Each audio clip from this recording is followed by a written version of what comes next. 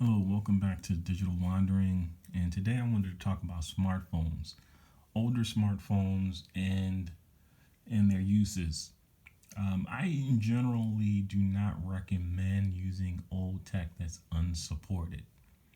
Just for usability sake, you just want to have a device that is as compatible with modern services, applications as possible, and also is receiving security patches or has an option to update to a newer operating system.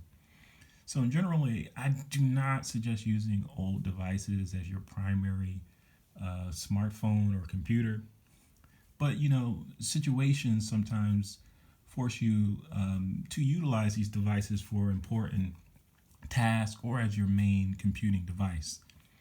Now, in general, these old smartphones are extremely usable. And I just wanted to show some of the things I have here today. Some of them I've shown before. We have the iPhone 4S. This was released in 2011. I purchased this one in 2012 and I used it as my main smartphone until 2015. In 2015, I started to look at other things. I switched over to Android at that time just to try something different. This is a 2015. This is a 2015 release as well. It's a blue phone, the Studio Energy 1. This is also a blue phone, Studio Energy 2. Let's get out of that. And that also was released in 2015. And then we have Zenfone 2 by Asus, another 2015 release. And this is also a 2015 release. It's Ipod Touch 6th generation. Wasn't using this as a replacement for the iPhone, but it was a complement to it. So if you want to utilize devices like these today, how useful are they? And one thing, just talking about smartphones in general, they have a lot of strong use case scenarios no matter how old they are if they have certain functions. Like the camera. Now, when you're comparing these devices' cameras to like a modern smartphone, they don't stack up. A modern smartphone will give images that are of greater clarity, less noise, and they'll be much better in low light situations. But if you look at these phones for when they were first released, uh, they were able to generate really great photos. The iPhone 4S, if you go online and find galleries for photos from the iPhone 4S or from the Zenfone 2, you see that they were very capable of taking very quality pictures in their time. And that's still true today. Are they as good as modern smartphones? No, but if you're a skillful photographer, any of these devices, you could take really good photos, especially in natural light situations like outside and sunlight. You can definitely take excellent photos with them. So the cameras on these devices, if you use them to the best of their ability, you can still take quality photos with them. So the camera is still something that makes these old devices useful. I mean, they also have other apps that are like kind of baked in that don't really require support to still operate today. Like, things like the calculator. They all are able to perform just as good as a modern smartphone as a clock. I mean, how many of us use our phones as an alarm clock? I know I do. And they're just as able to do that as a modern smartphone. And things like voice recording, flashlight. Um, some of these Android ones have FM radio, like these three here. I love FM radio on the phone because it allows me, when I'm out and about, to get music and news without hitting my data plan. And they're still capable of doing FM radio today as they were when they were first released. Uh, and there's a lot of different apps that, from games to map apps to all different types of things that can operate on offline and are still functional to this day. And that gives these devices still a lot of functionality. Also, things like e-reading. If you have e-reading apps on any of these devices and you load them up with ebooks, they can still function as a ebook reader. And I think the greatest function is as a media player. So listening to music, um, watching video, they are excellent to use for that. And I think this is kind of like a sad thing, but one of the major crimes in throughout the world is cell phone theft or smartphone theft. And you may, in a situation where you're worried about that, using one of these old devices, especially if it's something that you bought many years ago, like I did, as your media player out in the open. If it gets lost, if it gets broken, like maybe you drop it on the ground and the glass shatters, or if it's, God forbid, stolen, it's a phone that's 5, 6 years old. You may not, it's not that big of a blow as opposed to a modern smartphone from 2020, 2021, especially if it's a flagship and you paid $1,000 for it. That's a much bigger blow than having one of these misplaced or stolen from you. So yeah, they still have a lot of use case scenarios that gives them really strong usability from today going forward, as long as they're in operational shape. I've been really lucky in that most of my devices are still in really good working order. I have very few drops of my devices, so they're not really under a lot of stress, even though I've used them a lot throughout the years. One thing that's kind of interesting is that their usability today, there are some limitations. Like two of these devices are 3G. The iPhone 4S is a 3G device, and this one, the BLU Studio Energy 1, is also a 3G device. And 3G devices are definitely on the way out because a lot of places they're shutting down the 3G connection. And so it depends on your area whether you're going to have 3G coverage or not. My area still seems to have 3G coverage, so if I wanted to, I could still use these phones. But in general, you want to have a 4G device. Or, I mean, you also have the option of using them on Wi-Fi, which I guess will continue to be a ability, something you'll be able to do for many years going forward. But the 3G can definitely be a problem if you want to use these as traditional phones. These two devices are 4G. This doesn't have any type of cellular connectivity. It's just purely a Wi-Fi device. Now, another thing is the operating systems that these devices use. Some are more outdated than others. Like this one was supported like by basically 2016. So it hasn't been supported for 5 years. So it's pretty out of date, and that's on the OS level. And most of the apps on there, you wouldn't be able to update them through the Apple App Store. This particular device here is on KitKat. So although this was a 2015 release, in 2015, Marshmallow was the Android version that was released in 2015. This is on KitKat currently, but when it was released in 2015, it actually had Jelly Bean on board. And Jelly Bean, I think, was released in 2012, if I'm not mistaken. So it was really out of date when it was released, having Jelly Bean on board. Now, they did issue an update to KitKat. So KitKat's like 2013, if I'm not mistaken.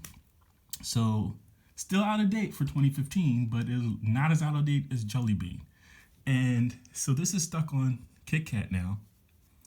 And it's very frustrating because it's not really that functional today. And I'm not sure if this is all true of all KitKat devices, but it's definitely true of this one. I was trying to update some of the third-party apps on here through the App Store, and it was a very frustrating experience. Couldn't really connect to the App Store. So I removed my Android ID from this. And I found, let's see if it will allow me to go back. So if you remove your Android ID, when you open up the Play Store, it will tell you to sign in. But you can, if you go to these three dot menu here, it does give you an option to update. Now, it won't update the third-party apps, but the Google apps, it does allow you to update. And I did this like a month ago, and many of the Google apps I was able to update except for a few, but today, none of them update. If I press the update button, it seems like the update process has started, but it quickly cancels out. So none of these I'm able to update this month. Many of them I was able to update the previous month, but not any longer. So KitKat is not that functional. So, and again, this is a 2013 release, so that's really understandable that KitKat is not as functional today. This phone was also released in 2015, but it didn't come with Jelly Bean or KitKat. It came with what is it? The L release. The L release is Lollipop for Android. So this is an Android Lollipop. This never received any security patches when it was released. So the version of Lollipop that it's on right now is the same one that it was on when it was released. Thankfully, though, you can still access the App Store, and it is mostly functional with apps. I think I just updated these phones, or attempted to update these phones before I started the recording, and it had about 27 updates listed on the Google Play Store, and I was able to update 24 of the apps. 3 of them they weren't able to process, so it's still highly accessible as far as updates through the App Store. And the one thing Google does that's kind of beneficial to users, especially if you're using old operating system, old phones, is that they update Chrome and a lot of the Google apps through the App Store, where Apple updates most of their Apple apps through the operating system. So you need to have a supporting operating system, like to have the most recent version of Safari. But with Google, since it goes through the App Store, if you're able to update your app through the App Store, even if you're on an old version of Android, like this one on Lollipop, you can still update your Chrome, you can still update your Play services, you can still update your other third-party apps. Like I said, 24 out of 27 I was able to update here. So that's pretty good. But not as good as Marshmallow. And this is the Zenfone 2. And this is on Marshmallow, which was originally released in 2015. And I was able to, when I updated this just a few hours ago, I had about over 60 apps that were eligible for updates, and I was able to update all of them. So this still has pretty high accessibility through the App Store, but it is on a very old version of Android that hasn't been updated in a long time, really old security patches, but you're able to get new apps on this really old version of Android. So that's pretty good. So although your version of OS is really old, your apps are new, so, or relatively new. So those are smartphones. Now, why do I have an iPod Touch here? Well, the iPod Touch is here just to illustrate one of the great benefits of Apple. This is a 2015 device as well, and most of these are 2015. The Android phones are all 2015 that I'm showing here. Now, this is still supported by Apple on the OS level. This 2015 release, you're able to put this all the way up to iOS 12. iOS 12 was released in 2018. And for whatever reason, I'm not really sure why, but Apple is still sending security patches to this, even though this is not the most recent Android release. The most recent one is Android 14. That's the most current right now. I keep making that mistake. iOS 14. Excuse me. So this is on iOS 14. And this is the most, well, let me go back. This is on iOS 12. These videos are unscripted, people. So this is on iOS 12. But the most recent version of iOS is iOS 14. iOS 12 is still supported. Is still receiving security patches. The last security patch for iOS 12 was January of 2021. So even though iOS 12 was from 2018, it's still being supported. This is a 2015 device. It's 6 years. Android, at its best, on the OS level, you get 3 years of support. In reality, on Android, you get anywhere from 0 support to 3 years of support. Most of the Android phones I'm showing here did not get anywhere close to 3 years of support. In fact, none of them got anywhere close to 3 years of support of the other Android phones that I've shown in this video. But this thing has received 6 years of support. iOS 12, just to look at some of the other devices, supports iPhone 5S. iPhone 5S came out in 2013. So a device from 2013 has gotten 8 years of support from Apple. Also, iOS 12 also supports the iPad Air first generation that also came out in 2013. The iPad Mini 2, also a 2013 device. So all these devices got 8 years of support. You kind of have to go back to like the iPhone 5 that was released in 2012 to get an iPhone that is unsupported by Apple. That's not 100% true. You also have the iPhone 5C. That came out in 2013, but it was a discontinued product. It wasn't popular. So Apple only supported the iPhone 5C for like 4 years, from 2013 to 2017. But the amount of support that you get on Apple is extraordinary for their mobile phones. Much better than Android. And if that's important to you, sometimes updates for certain users is not the most important thing.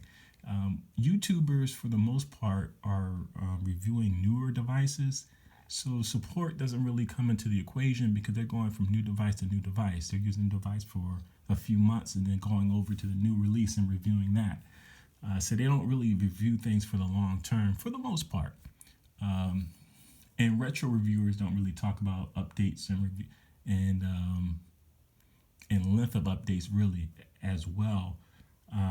But it's something that's really important to me. If I have a device, I want it to be supported on the OS level as long as possible, and I really only get that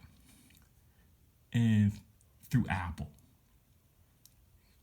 For the most part. Now there are things that people do through their own initiative. People hack Android phones and to run operating systems that are not supported through either Google or whatever smartphone manufacturer, and that's pretty cool.